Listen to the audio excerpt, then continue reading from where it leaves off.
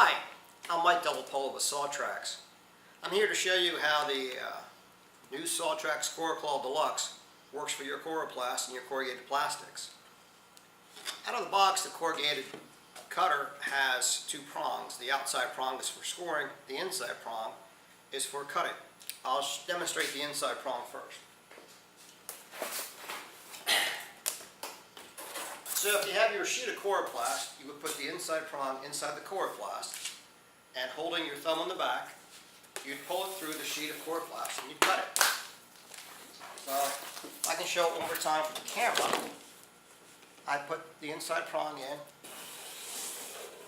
and cut it the length of the Coroplast. Now I'm going to show you how to make point-of-purchase displays. These small point-of-purchase, very inexpensive point-of-purchase displays. We're going to show two kinds today. One is self-standing, very simple, and one is a triangular or a box type. And for the box type, we use these core pins to hold the corners together. But we'll get to that in just a second. So first, for the freestanding, if you're just have to put some signs down and you just want some displays, what you would do is, whatever the width is, you would try something maybe 3 inches over what you need, and you'd cut off a piece. Once you have that piece cut, you would take the piece that you want to attach it to, that your sign's actually going on, and you'd slice the back twice. Just like that. Now once you have your piece slit like this, you take the 3-inch piece that you cut off, and you cut that lengthwise down the middle, like that. Once you have it cut, you'd open it up, and you guessed it, you slide it into the T back here. So there's your T, and here's your opening you're going to slide into that. Once you get it started, it just slides it out. And there you have your very easy self-standing display. If you want to make something a little larger, like a square or a triangle, keep in mind that you want to have, once again, to keep it simple, a 3-inch overhang. So with this piece we have here, I've already measured it. We're going to make a triangle. So I took my tape measure and I marked 11 inches because I want 11-inch sides. So I took the tape measure along with a Sharpie and just mark.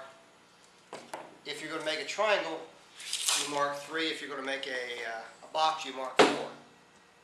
And so right now I'll show you with making the triangle. You'd want your print, if this is printed, you want your print on the outside. But where you're marked here, you go ahead and you make 2 scores. And then you take out the inside score, like that. Alright? So now you have a slot in here. And that is if you have an outside print, you'd want your print on this side. So I'll do it again over here. And we do a second slot.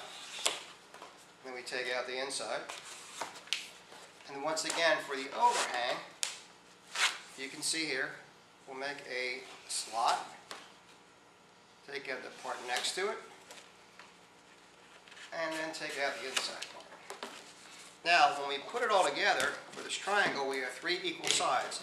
The overhang part, you put on the inside. And using our Coro pins, what you want to do is you want to take one end of the Coro pin on the inside arm or the inside leg and one side on the outside leg. And you put it in like that.